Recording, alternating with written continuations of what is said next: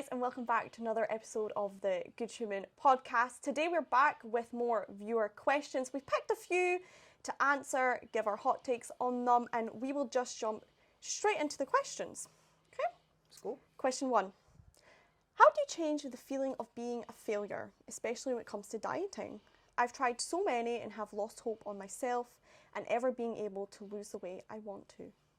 I think that's a very relatable question for a lot of people. I think a lot of people will resonate with that in diets and feeling constantly like you're trying them and then giving up and them not working. Is that they basically just say that they keep failing on their diet? Yeah, I'm assuming they've probably tried a few, like most people do when it comes to diets. You know, you kind of hop on the next thing that looks like it's going to work. I've got the perfect answer. Yep. We have a 12-week day by day diet plan out. To be fair, that is the answer. There's an answer tied in there. Yeah, there is an answer tied in there, and we do. I think one of the main things that people overlook with a diet is it is not just knowing what to do. They forget about, and this is something that a lot of diets don't address, is the psychology behind why are you there? Why have you got to the stage where you feel like you need to lose weight? Are you in the right, like, are you wanting to lose weight for good reasons? You know, is it somebody else's pressure on you? Is it something somebody said to you? Is it, like, are you in the right place to be going about this? Like, and are you relying on motivation? You know, maybe you tried to walk up a hill and you found it really hard, and like now you're super motivated for 3 days. 3 days. I think people don't square away with themselves like how much mental energy it takes to adhere to eating well if that is not their habitual way of doing it. You're so right. And see, your reason has to be so deep. Like, it has to be deeper than looking a certain way. And what you usually find, if it is for aesthetics, like you've just said, you'll last about 3 days. Yeah. And if it's for someone else, like, don't even start. Like, if it's because you saw a Kardashian on Instagram, right? Like, well, one, you need to do something about your Instagram feed. That. But two, like that is not a reason to do it. No. Like, your reasons should be like a deep knowledge right, okay, you do you, boo, and all that, but so political. I know. But your reasons need to be tied up more in the reality of what body weight means. Are you healthy? Do you feel good? Is it affecting you mentally as well as physically? Like, it's for your health and your well-being. Because if it was just for looks, then I don't give a shit. You look fucking amazing, right? Like, if it's for that. Yeah, do you know, we don't know who's asking the question either. Like, it could be somebody who really doesn't need to lose any weight. They're thinking that because they've not got a six-pack, they need to lose more weight. See, if you've not got a six-pack, but you're pretty slim anyway, dieting is going to be even harder if you have to cut down even more. I know, I was pondering over how many people, when they're training, especially in like sort of CrossFit or strength sports, like are just not eating enough to get the results that they want to get.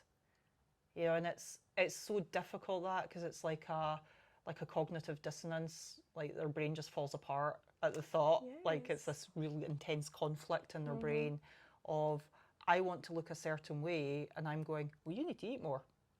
Yes. Do you know, it's so funny you said that. I was thinking today about when I was competing and how there was loads of girls in my category who had like six packs and abs, and I'm so sure looking onto that, you would have thought the girls with the six packs and abs were going to be like the best, and that meant like they were a great athlete, and girls are lovely, don't get me wrong, absolutely nothing. But how having that six pack meant nothing to do with their performance, had nothing to do with it. I was literally thinking about that before this podcast. It's such an easy assumption to make. We're very visual creatures, and we make assumptions all the time on the things that we see, and it's one of our biggest mistakes as human beings. Yeah. It really is. See, when you can teach yourself to override that the visual things that you see might be lying to you. Yeah, they don't equate to performance. It's like you break through a wall like a... You've got insider knowledge. You do, like when you realise that it only tells like a really small part of the story. Yeah. I think everybody knows that on like a deep level. They've just not let it come out and admitted it.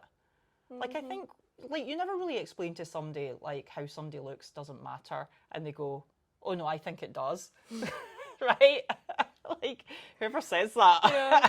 Oh, I wish we should. We should live in a more honest world like that. No, you make a great point there, actually. Yes. So was the person just wondering why they keep failing at diets? How do you change the feeling of being a failure, especially when it comes to dieting? So, right. I have another point as well, but go on. Yeah. Okay, I'll make my point. It might be the same point. Okay. I think when it comes to diets, and if you're somebody that's a serial dieter and you're trying different like fads and trends, what you're actually doing is ingraining the habit of giving up and failing at things. So if you go to start a fad diet, and the thing with fad diets is they're usually really bloody hard to stick to, right? So you go to start this new diet, you stick at it for a week or two, and then you stop.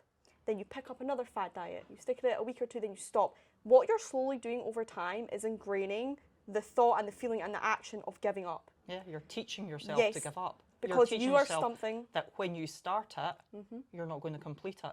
And you're going into it with that thinking, one, it should be hard, and two, already knowing that in a couple of weeks this is going to be done.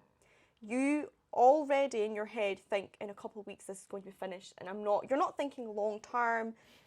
So the first step is stop making your fucking weight loss so hard. Stop with fad diets, stop with things that feel difficult. You need to, we talk about this so much in the podcast, change how you're approaching a diet and what you think a diet should feel like, and be like, don't do it if you think it's going to be hard and if it feels really difficult. That is your first step to changing that feeling of being a failure. Set your goals so small that you accomplish them, and you are slowly changing the outcome.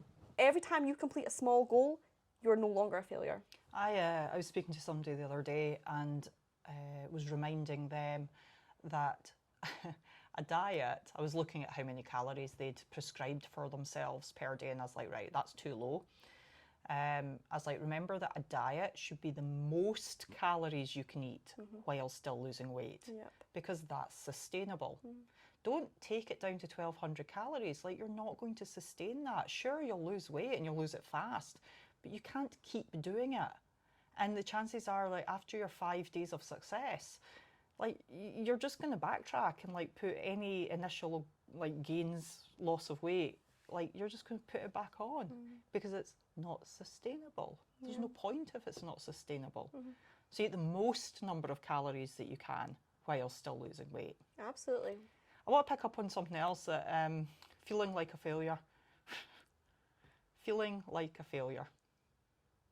There's a problem right there as well. Yeah. And I think this is a common problem when it comes to diets, is people make them too emotionally charged. They bind up too much importance about who they are as a person or their personal worth. And when somebody, you can only fail at something if you choose to make the decision that your actions have been a failure. They are not a failure if you decide that it is just part of a learning process and a journey. Good answer. Ooh, I like that. So, I can't remember. I think there was a study done on like, it was like a bunch of school children, and they took half of them and the other half, and they gave them like a little test, and it was like about how they approached the test, and it was like they spoke to like one group and then spoke to another group, and it's like, you're going to learn so much doing this, like da da da da da, and with the other group it's like, if you don't pass this, you failed. Oh. And it was like this really hard line, but it was like the different ways of like viewing things. And the kids who saw it as a journey, saw it as a learning process, did much better. Yeah, of course. That change of mindset. Yeah. What can you take away from the experience? You know, like, you never need to fail at anything. True that. with it. Preach. Like, it's just another way of bringing yourself down. See that language, that negative language, I fail at everything, I'm such a terrible person, I'm so useless, I'm so unworthy. Like, see that shit, just stop that shit right now. Yeah. Just stop it. Like, it is within your power. You only have to choose to use different language, and so many of your problems will just, they'll just vanish immediately. Different language. Yeah, that was good. Good. That was indeed. Nice. Yeah, so the first step, stop using that language. Yeah. Yeah, so reframe how everything you've done up till now, look at it differently. What has that taught you? What can you take away? Fucking fad diets don't work, so stop them right now. 1,200 calories, nobody should be eating that. Oh, that's so breakfast. That actually is. I'm no word of lie, I've had breakfast that is about that much calories. Okay. What's Anyway, next? okay. Next question. This looks like a very big question. This is a big question. Hope Hi, you've guys. got cliff notes on this question. Side notes. Just give me 5 minutes to read it out. Okay. Hi guys, I'm a 20-year-old male and I train CrossFit 5 times a week and I also play football. My question is, how do you know when you're training too much? I feel tired almost constantly and my lifts seem to be getting weaker. However, I know top level athletes can train for 4+ hours each day and manage fine. I feel silly to think I might be doing too much, but my performance is worrying me. That's a good question. I think it's screwed. Screwed. What'd you say? It's screwed. I'll let you answer it then. It's probably just not eating enough. Yeah. Like, That was kind of going to be mine. Yeah. Yeah. I mean, there's a few more like eggs you can throw in that basket, right? So that's the low-hanging fruit. Are you eating enough? Like, are you fueling the training that you're doing? And then, like, when are you fueling it? And, like, what are you eating?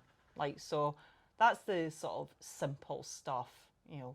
Eat more, make sure it's decent quality, make sure there's plenty of protein in that, drink plenty of water, maybe chuck an electrolyte in there. Yeah. Right. The other ones that maybe aren't so obvious is the, like, emotional stress of training a lot. Like, I've had it said to me, I don't know how many, lots of times over the years, because I work in the fitness industry. Oh, if I worked in the gym, I would train all the time. That would be amazing. And I'm like, you have love the naivety. You have no idea how hard it is to train a lot. Like, I've dipped my toe in that water, like, on and off over the years. And I've done, like, the 3-hour training sessions, the split days and all that. That is your life.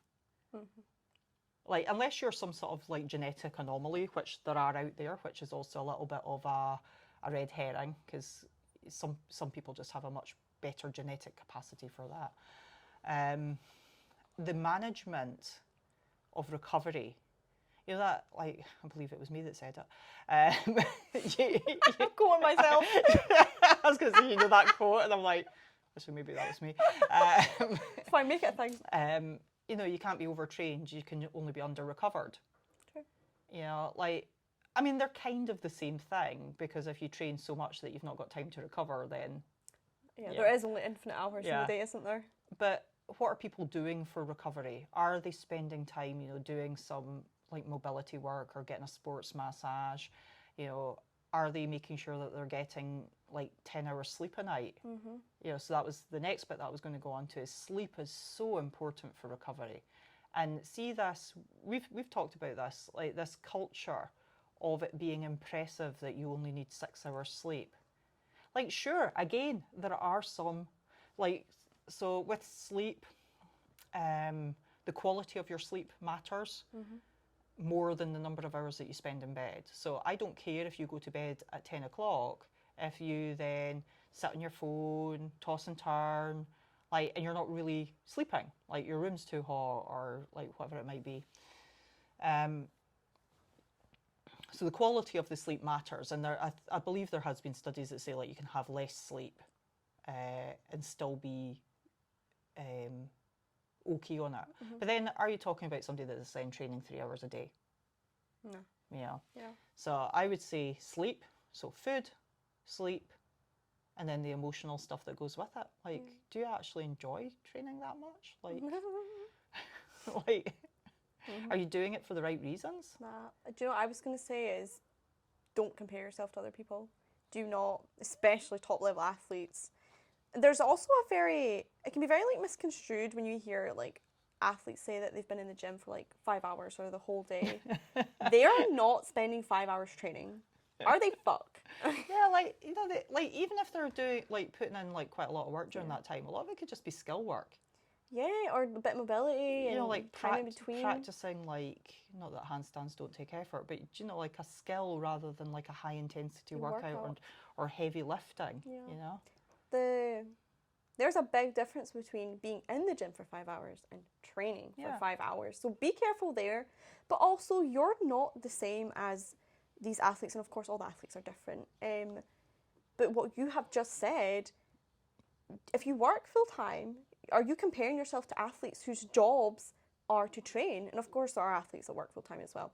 And again, what you've just said about emotional stress, so much comes into it that makes it such an individual case that where if you are feeling tired and your lifts are getting weaker, yeah, you're going wrong somewhere, even if it's not seemingly as much as the athletes. do you know, I've got one more thing to put in there actually, because this came up once many years ago with somebody that I know, and they thought they were getting, I think, adrenal fatigue they thought they were getting, but retrospectively we actually think it was Lyme's disease. Oh wow, really? So, like, you know, it's easy to go for the do-it-yourself fixes, like, are you doing mobility, are you sleeping, are you eating right? But, do you know, maybe you should go to your GP. Yeah, maybe there is something wrong. You know? Yeah. There might be something that's not, that's not right, that you need some blood tests for. Yeah. You know, I don't want to scaremonger, but like, it's like, I think in our industry, there can be a mistake of always thinking everything is fixable by yourself and like ruling out the medical profession and forgetting that sometimes you actually do need a blood test. Absolutely. And to go and see your doctor and maybe even get like some sort of treatment. Yeah, you're so right. Yeah. So not everything can be fixed by eating broccoli. True. Broccoli. But so if you are resting really well and you're eating enough, or you have increased your food and you still feel like that, like go see a doctor. Yeah, absolutely. Or just I'm glad I remembered to say that, because I think I can be as guilty of forgetting the medical side of things as much as the next person in this industry. Yeah, really good point, Anne. Really good point. Okay. That was a good question. Okay. I hear you guys talk about eating lots of fruits and vegetables. Why is it 800 grams and not any more or not any less? Okay, so it's actually stolen, because all the best things are stolen. If something works, like, don't try and like reinvent the wheel. And a really cool nutritionist called E.C. Sikowski from Optimize Me Nutrition worked this out very carefully. So they worked out, like, it's not just on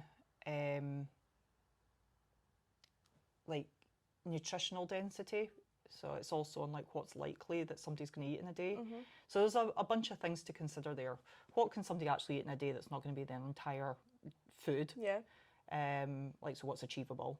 And then what are you most likely to get enough broad range of nutrients from and fibre from? And then, like, with that quantity, you're also then pushing out like the processed foods and the junk in place of whole unprocessed foods. But it also leaves, so when I write out somebody's like basic, like, see the on the back of an envelope, like, here's your nutrition plan, which actually, if you're paying attention, this works for everybody. I've got this like innate talent for working out how much protein somebody needs to eat. Like, innate talent. Just by looking at them. I'll be like, yeah, so you should be eating about 135 grams of protein a day. And they'll be like, yeah. How do you know that? How do you know that? See, when you've been doing it long enough. Yeah, you know. So it's based off of body weight and height is mostly just what I'll glance at. So you take their 135 grams of protein, and then you go, if you eat about 500 calories or 800 grams worth of fruits and vegetables in a day, which I think I was once worked out was about 8 portions of fruit and veg, about the size of an apple. Oh, right, okay. Yeah.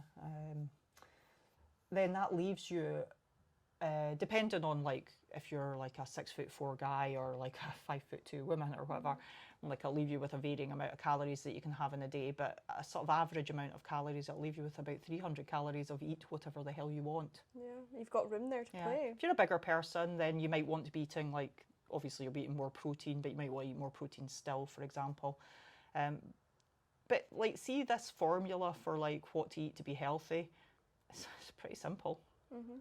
Eat adequate protein, eat a decent quantity of fruits and veg, and you can measure that out as 800 grams a day, or you can measure it out as 500 calories a day, or you can measure out as like a bit more than a third of your food in a day. Yes. You know, it's like you don't have to. People get too. They think every single gram matters. And this is where folks start to get confused about, like, they hear these podcasts where guys are going, calories don't matter. It's like, well, calories are an inaccurate form of measuring energy consumption and output. But it's accurate enough. Yes. It's kind of all I got. Like, it's accurate enough. Like, when you think about it, right, you could measure your food absolutely, like, so accurately. Like, you could cut out the core of the apple and then eat what's left and not guesstimate it at all. But that apple's density and quality is going to be different from a different apple. Oh, 100%. You know, like even a different type of apple, but even the same type of apple, just a different one. You buy a steak, some steaks are going to have a little bit more fat in them than others. You know, like so people getting caught up about like a calorie is like not a calorie and all. It's like, it's good enough. It is good enough. Like, chill out, folks. It's good enough. And if like, it's not, also, just adjust it. What else are you going to do? Tell me what's your other option. No, you're right. And like, see, even if the calories are off, so there's that calories can be wrong by like 20% either way, it's still good enough. Like, if you're losing weight, then fair. Yeah. And if you're not, then just adjust it. Yeah. You don't need to know. It doesn't need to be No. like I'm going to eat 105 grams more of carbs in a week, you know? Oh, yeah. It's like, I mean, there's no way of measuring how much your body uses either. No, unless you got, what's the little burner out? How they like measure calories, how long food takes to burn. It's yeah, that's right. There's a name for it, like I don't even know. Yeah, I'm gonna butcher it. Like, half of my brain's trying to come up with that now. It's on the tip of my tongue, but I don't want to say it because I feel like it might be wrong. Anyway. Like people worrying about that when they're not eating enough protein in a day. How do I know how much protein to eat though, Anne? You've just said calories don't matter. Just like eat about so if you're an average sized adult, like eat between 130 and 150 grams a day. You're not going to die. Yeah. Yes. You don't need to even worry about the specifics if you're not even close to 100. Yeah. Your first goal is to start like eating at regular meals. Yeah. You know, not having just a bowl of carbs. Like anybody who, you can throw this back at me, right? Anybody who's over, I'm going to say 40, might be late 30s, but anyone over 40 who has ever shown me their MyFitnessPal diary has always had under 100 grams of protein in there. Because they're going by government guidelines, and government guidelines say something like, is it like 50 grams a day or something? It is literally 50 grams a day. Like, that's just enough to keep you out of the hospital. That's just enough to keep you alive. Yeah, there's a bit of a campaign going now. Oh, it's a quiet campaign, because it's only with people like me, right? To get that changed, to get that upped to something that's much more in line with what people should be eating instead of like the bare minimum. The bare minimum not to die. Yeah. Yeah. Like so that we're promoting like be a healthy adult. Yeah. I think a good point as well with when she asked like why is it that 800 grams 500 calories kind of mark, I believe from reading like EC's things, that is the most amount of fruits and vegetables you can eat where you're getting the most benefit. Yeah. And after that, it becomes a bit null and void. Yeah, that's a good point as well. Like, is more better? Not really. Up to a point. Like, I mean, is it like sort of, but not really. Like, we don't really know, right? Because humans are incredibly fallible, and running a study big enough to get a conclusive answer on this as to whether or not somebody's health, and like to what degree is the health benefit, right? So say you took a study of, I don't know, like 10,000 adults and you locked them all up and you fed them exactly the right amount of protein every day and the correct like amount of fruits and vegetables. So say we said 800 grams of fruits and vegetables a day. And they all did the same exercise and they were all sent to bed at the same time. We still have like genetic differences. Yeah. It would actually be a really interesting study. I would love that study to be done. But I think you can see why that study can't be done. Like you can't contain adults, humans, for long enough to do a study that proves that a higher quantity past what we're talking about of fruits and vegetables and lean protein is going to have a marked effect on their health. Now, this is hard for people because this sounds like I'm contradicting myself, right? So when I think it's important for people to sort of take the knowledge and make their own decisions. Really important. So if you honestly believe that it doesn't matter what the quality of your food is, have at it. Away you go and you do that. Seriously. Like if you genuinely are going to stand and tell me that there's no evidence that poor quality foods, or there's no such thing as a poor quality food, sure, go for it. Yeah, I ain't forcing you. And come back to me in 20 years' time and we'll have a wee chat. I'll visit you in the hospital. That's terrible. But true though. But do people's diets need to be perfect? Do they need to be only lean proteins and fruits and vegetables? Jury's out on that. We don't know. We don't know, because then you go to the, like, what about the quality of the meat? If they're eating meat, you know. So I've been down this rabbit hole. I've lived in this rabbit hole for like the last 20 years. The wild caught salmon versus the farm salmon. The farm raised grass fed beef instead of, actually that's really, all of the UK is really grass fed beef, give or take. So like you're talking about like the quality of like what are the animals fed, how are they reared? You know, your organic produce versus like factory chickens, you know. And then you take your fruits and your veg and you apply the same principle. Like nobody's, if anybody is, I would like to meet them, but nobody's doing it to the nth degree. That, and where's the cut off then, and right down to that nitty gritty? Yeah. You could pick it apart. Like I've heard the odd like sort of anecdotal, like on a podcast or whatever, like somebody saying like, you know, they're very pure about their diet. But then what water are they drinking? Yeah. You know, just like, don't know. Like, how, like, we live in an environment now where we struggle to even get pure, untreated water. Recycled water. Right? That's exactly what it is. But you're right. So, and see, for the majority of people, it just doesn't matter. Those nitty gritties don't matter if you're not eating 100 grams of protein and no fruits and vegetables. I think it's an interesting conversation. It's a conversation I've taken part in many, many times. Is perfect better? Yeah. But it's a moot point for 99.999% of the population who aren't even eating enough protein. Yeah.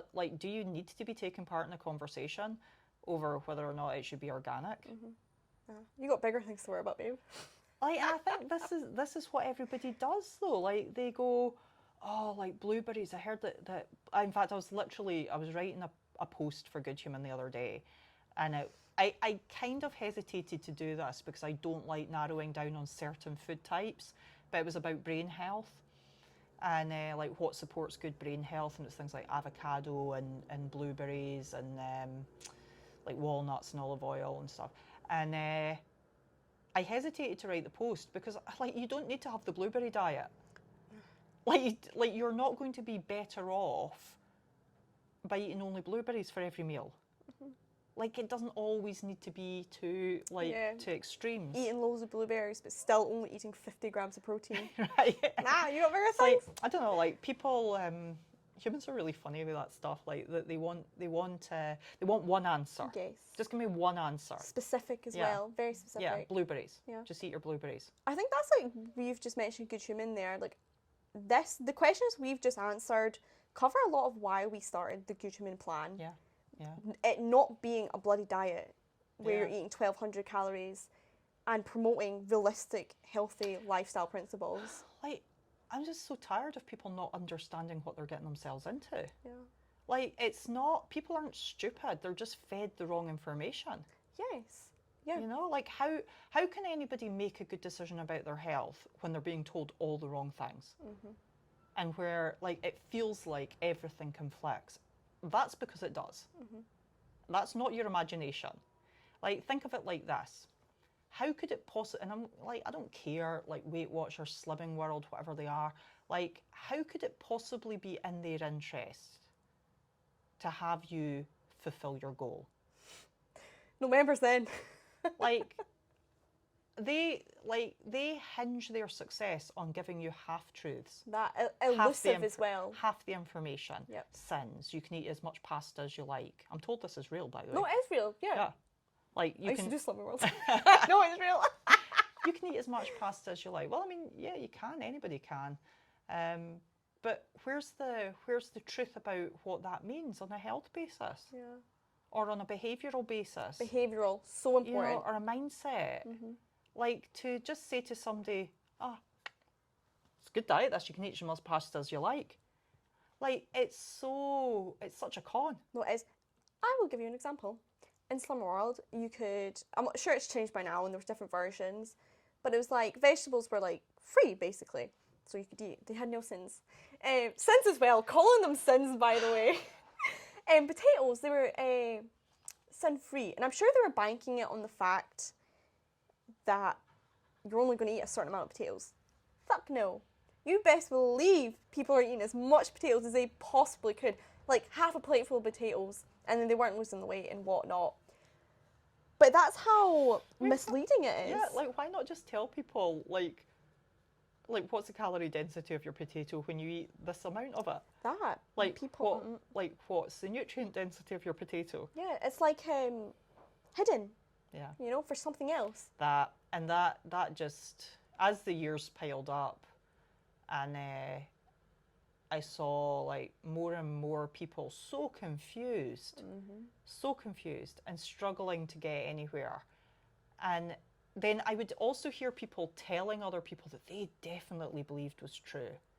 Like, and it'd be very earnest, like, they've tried this diet, they've tried that diet, and now they've found the answer. They've got the perfect diet, you know. And I don't know, I just want people to know. I just want them to be armed with like the simple knowledge so that they can make decisions for themselves. And not think one particular food is fattening. See, when people say that, that makes me chuckle the most. Can't eat that, that's fattening. That's fattening. Oh! I've got family members that do that. Is that like a made up word as well, fattening? Like, that's going to put weight onto you. Yeah. Oh, we're laughing, but like, it's ignorance because they don't know. Yeah. Because we've been made to believe that you can't eat certain foods. Yeah. And they don't know. Absolutely. It's crazy, and I think especially for people like older folk who have been around during like the 70s and the 80s and the 90s, where it was at its like toxic worst. Yes. And like that information was first reaching people, like the diet culture was first reaching people. And food was changing. It was changing from home cooked meals to like processed stuff in shiny packages, and like they would say like low fat on them and like low this, low that, and that con of marketing. Like, those people like lived through so many years of that. It's so hard for them to come out of that. Yeah, so deeply ingrained. Like, that's conditioned into people. Yeah. It's I know. spread the word. I know. That's a good point to end on, and I think also if you have been struggling, like the first question, the person feels like a failure, get yourself onto Good Human, guys. And we're like genuinely learn for yourself how losing weight works, healthy weight loss. Change your habits and change the things that keep you stuck feeling like a failure. The whole 12-week plan is based on you coming out the other end of it with knowledge. Yeah. Not just a better body weight, but understanding how you got there and how to get there in the future if you ever need to again. Yeah. Absolutely. So that's it, guys. Check us out. Also, make sure you are subscribed to us on whatever your whatever platform you're listening to us on. Yes, because by the way, Uh-huh. we're getting a lot of views, not so many subscribes. So, as Stephen Bartlett in the Diary of a CEO says, we're at about we're at about a quarter, about 25% of viewers are subscribed. We would like to get that up to 50%. 50%. He does say that. Yeah, that means the most, guys. And we will be back next week with another podcast, and we will see you then. See you later. Bye.